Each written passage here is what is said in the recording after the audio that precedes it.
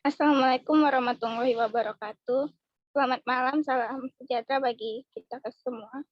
Pertama-tama marilah kita panjatkan syukur pada Tuhan Yang Maha Esa yang sudah memberi kita banyak nikmat sehingga kita dapat berkumpul dalam rangka debat kali ini yang bertujuan untuk memenuhi nilai ujian akhir semester pada matkul Pendidikan Kewarganegaraan. Yang kami hormati Ibu Dr. Aremi Evanta Borutarigan dan teman-teman semuanya. Sebelum dimulainya acara ini, izinkan saya memperkenalkan diri sebagai moderator 1, Indah Sarsiotang, dan Silvana sebagai moderator kedua. Seperti yang kita tahu, masyarakat Indonesia dikenal sebagai masyarakat pluralis, di mana masyarakat Indonesia terdiri atas berbagai macam suku, agama, dan ras yang secara keseluruhan membentuk tatanan kebudayaan nasional bangsa, yaitu kebudayaan Indonesia. Pluralisme dalam masyarakat Indonesia merupakan sebuah kekayaan budaya bangsa yang sangat tinggi nilainya. Tetapi dengan keberagaman yang ada, seringkali tumbuh perbedaan-perbedaan yang dapat memunculkan potensi ke arah konflik. Oleh karena itu, bagaimana tanggapan kalangan mahasiswa tentang hal ini? Apakah pluralitas di Indonesia merupakan sebuah hal yang bagus atau menjadi sebuah alasan timbul konflik yang terjadi di Indonesia? Baik, terima kasih. Saya kembalikan ke moderator 1. Sebelum pelaksanaan debat dimulai, saya akan membacakan tata tertib debat sebagai berikut. Pertama, debat terdiri dari 2 tim, pro dan kontra. Masing-masing tim berisikan 2 pembicara. Selanjutnya, tim pro menyampaikan argumen dan data-data pelengkap terlebih dahulu dimulai dari pembicara 1. Dari tim pro dilanjutkan dengan pembicara 1 dari tim kontra, demikian seterusnya. Kemudian, masing-masing pembicara akan diberikan waktu 2 menit untuk memberikan argumen. Setiap argumen atau pendapat dari pembicara pertama dan kedua bisa disanggah oleh tim oposisi apabila diizinkan. Tim yang sedang menyampaikan argumen berhak menerima atau menolak interupsi dari tim oposisi. Salah satu perwakilan dari setiap tim memberikan kesimpulan dari timnya. Dan terakhir, debat ditutup dengan kalimat penutup dengan kesimpulan moderator sebagai penonton. Sebelum kita mulai ke debat kita, alangkah baiknya untuk kedua tim memperkenalkan dirinya masing-masing. Saya persilakan untuk tim pro memperkenalkan dirinya terlebih dahulu. Baik, terima kasih kepada moderator yang telah memberikan kesempatan. Perkenalkan, saya pembicara 1 dari tim pro, yaitu Ade Gustina Hazar Nasution, dengan NIM 2104040 dari jurusan Teknik Lingkungan. Perkenalkan, saya pembicara 2 tim pro. Nama saya Flosi Jinia Pasaribu, NIM 210710053, jurusan Ilmu Budaya, mata kuliah Bahasa Mandarin. Sekarang kita lanjutkan penyampaian argumen dari pembicara 2 kontra. Kepada pembicara 2 kontra, saya persilahkan. Terima kasih kepada moderator. Argumen kami yang keempat yaitu adalah sebagaimana yang kita ketahui bahwa masyarakat Indonesia adalah masyarakat yang plural, ditinjau dari berbagai aspeknya, baik etnis, bahasa, budaya, maupun agama. Ini artinya bahwa pluralitas merupakan realitas dan keniscayaan bagi masyarakat Indonesia. Menurut Hildegard, sebagaimana yang dikutip oleh Jada, bahwa di Indonesia terdapat lebih dari 300 etnis. Masing-masing etnis memiliki budayanya sendiri dan lebih dari 250 bahasa yang digunakan, dan hampir semua agama besar dunia terdapat tidak dalamnya, selain dari ragam agama asli itu sendiri. Seperti pengamatan Court, bahwa setiap agama muncul dari lingkungan yang plural, ditinjau dari sudut agama, dan membentuk dirinya sebagai tanggapan terhadap pluralisme tersebut. Oleh sebab itu, pluralisme agama juga jika tidak dipahami secara benar dan arif oleh masing-masing pemeluk agama akan menimbulkan dampak tidak hanya berupa konflik antar umat beragama, tetapi juga konflik sosial dan disintegrasi bangsa. Apakah kita dapat mencegah disintegrasi jika sudah memahami pengetahuan pluralisme? Saya serahkan kembali kepada moderator. Terima kasih. Terima kasih kepada tim kontra.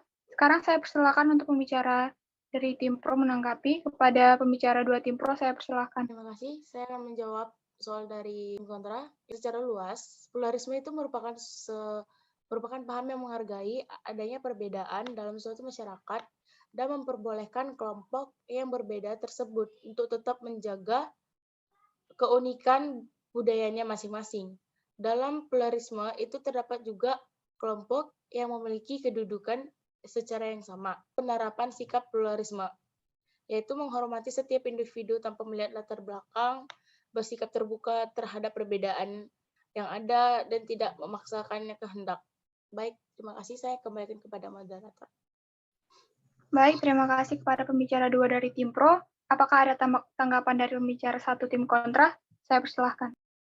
Argumen kami yang kelima adalah pluralitas dalam konteks Indonesia merupakan keniscayaan sejak lahirnya bangsa ini. Catatan sejarah sejak pra terbentuknya bangsa ini memang telah banyak disinggahi berbagai macam peradaban. Memberengus serta mengabaikan kemajemukan adalah kebrutalan yang menghantarkan pada disintegrasi bangsa.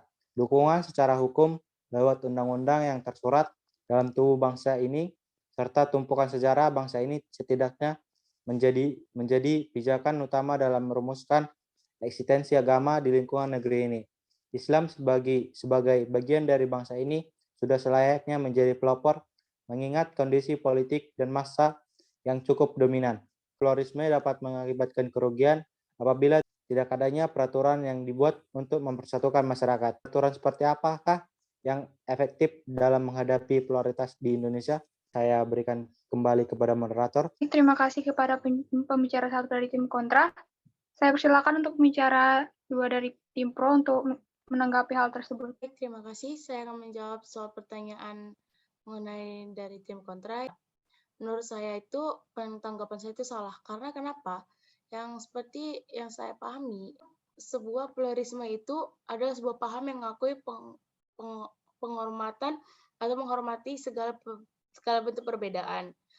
Pluralisme itu tentu sangat dekat dengan masyarakat Indonesia yang kita bisa ngambil contoh dalam UUD nomor 1945 di poin ketiga itu mengenai persatuan bangsa, persatuan Indonesia, yang dimana menganut tentang aspek politik, budaya, dan agama bagi pluralitas berkembangnya baik di Indonesia atau di beragama lainnya. Di pluralitas itu ada juga pluralitas agama yang mengenai tentang sikap menerima dan menghargai perbedaan masyarakat. Terima kasih dan saya balikin kepada moderator.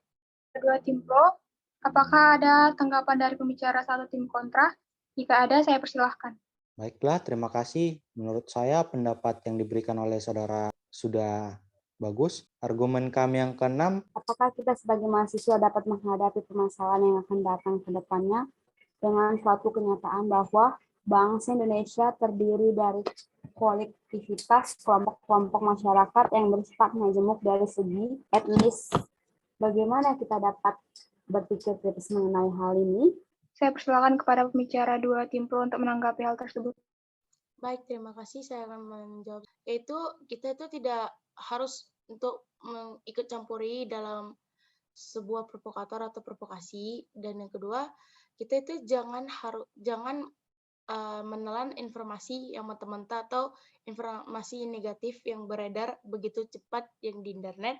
Dan yang kedua, kita itu harus mengajukan pernyataan yang mendasar tentang berpikir tentang macam bangsa atau bahasa.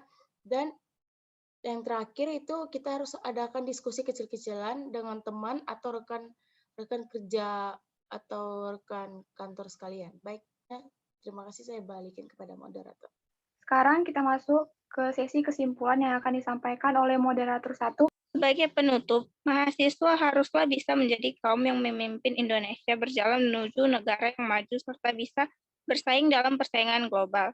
Namun, mahasiswa tidak boleh lupa dengan kondisi di mana Indonesia merupakan suatu negara kesatuan yang terdiri dari 6 agama besar dan ratusan suku bangsa yang tersebar dari Sabang sampai Merauke. Kunci dari kesuksesan Indonesia dalam memanfaatkan masa emas di masa bonus demografi adalah dengan memiliki sumber daya manusia yang unggul dan tidak mudah terpecah belah. Mahasiswa dalam ini merupakan mesin tergerak untuk mencapai kesuksesan itu. Oleh karena itu, perlu ditanamkan kesadaran tentang kebinekaan kepada mahasiswa agar terhindar dari tindakan-tindakan yang cenderung diskriminatif atau mendiskreditkan kelompok lainnya yang memiliki latar belakang yang berbeda dari dirinya. Selain itu, pihak perguruan tinggi juga dapat membuat kurikulum mata kuliah kewarganegaraan yang memuat nilai-nilai toleransi serta persatuan dan kesatuan bangsa, Baiklah, sekian debat dari kami kelompok 1. Semoga dapat bermanfaat bagi kita semua. Mohon maaf apabila ada kesalahan kata dan tindakan. Saya ucapkan terima kasih.